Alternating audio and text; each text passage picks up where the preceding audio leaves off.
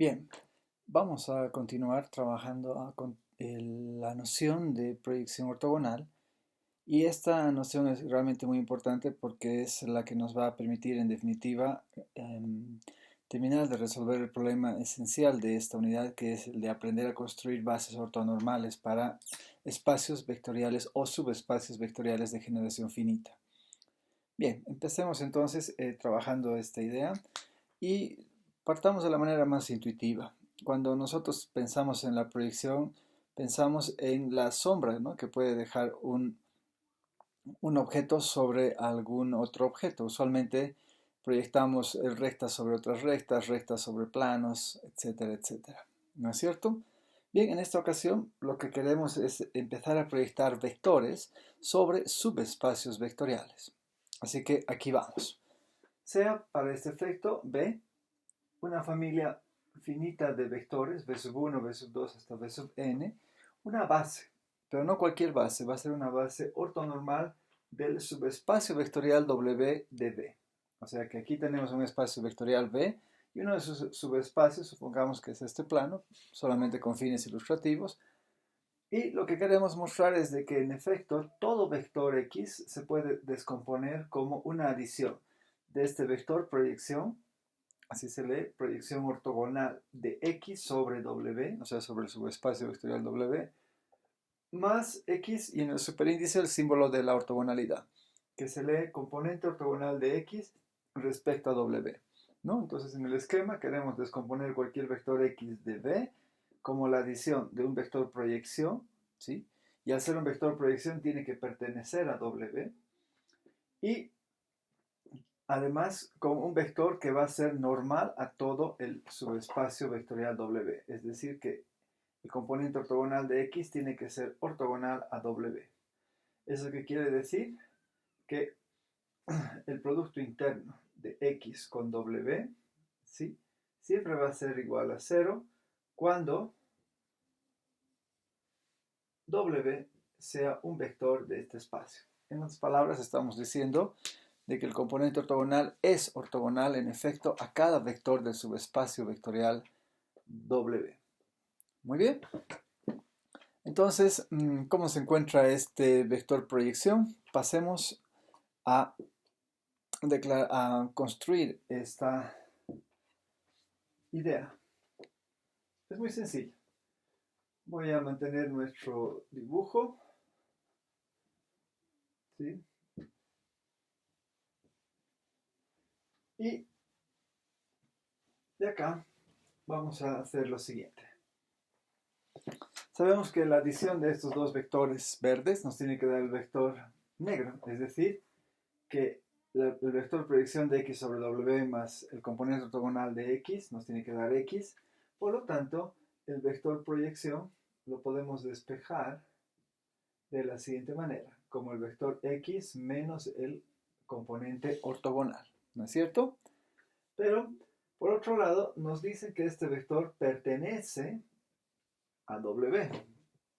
Claro, porque cuando proyectamos un vector sobre un subespacio, ese vector tiene que estar en el subespacio. Entonces nosotros podemos escribir a este vector como una combinación lineal de los vectores de la base ortonormal que habíamos declarado al inicio de este problema. Entonces vamos a escribir el vector proyección, ¿sí?, de X como una combinación lineal de los vectores de la base ortonormal. Y aquí es donde vamos a echar mano de una importante propiedad que nos dice, y que la hemos visto en el anterior video, que nos dice que podemos nosotros representar cualquier vector como una combinación lineal de los vectores de una base ortonormal, donde cada uno de los alfas no es más que el producto interno del vector con cada uno de los vectores, ¿no es cierto? Así tendremos de que cada alfa sub i es el producto interno del vector proyección de X con el vector v sub i. Pero en lugar de utilizar este vector, voy a usar el vector X menos X, el componente ortogonal. Por lo tanto, el vector proyección de X sobre W va a ser el producto interno de x menos el componente ortogonal de x por v sub 1 veces v sub 1, de esa manera tenemos alfa 1, más puntos suspensivos hasta el último vector que va a ser x menos el componente ortogonal por v sub n veces v sub n. Efectuamos la distribución del producto interno y vamos a tener x con el vector v sub 1 veces v sub 1 menos x ortogonal v sub 1 veces v sub 1 más, etcétera, y vamos a llegar acá a tener el producto interno de x con v sub n veces v sub n menos el producto interno del componente ortogonal de x con v sub n veces v sub n. Muy bien, hasta aquí podemos nosotros reconocer lo siguiente, que estos productos internos donde aparece el componente ortogonal siempre van a ser ceros, porque ya hemos dicho que el componente ortogonal tiene que ser ortogonal a cada vector del subespacio vectorial W. Y evidentemente V1, V2 hasta V sub n son elementos de W, si no, no fueran parte de su base. En consecuencia, y este resultado quería arribar, la proyección ortogonal de x sobre W va a poder calcularse fácilmente efectuando el producto interno del vector que queremos proyectar por cada uno de los vectores que constituyen la base ortonormal del subespacio vectorial W. Y ahí tenemos un importante resultado. Y a la vez el componente ortogonal, fíjense que de acá se puede despejar el componente ortogonal como el vector x menos la proyección del vector x sobre W, o sea, x menos todo esto.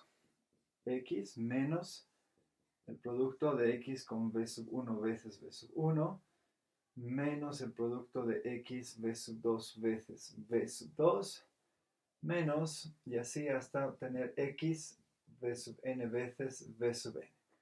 Y estos dos resultados son sumamente importantes. Muy bien. Aquí quedamos.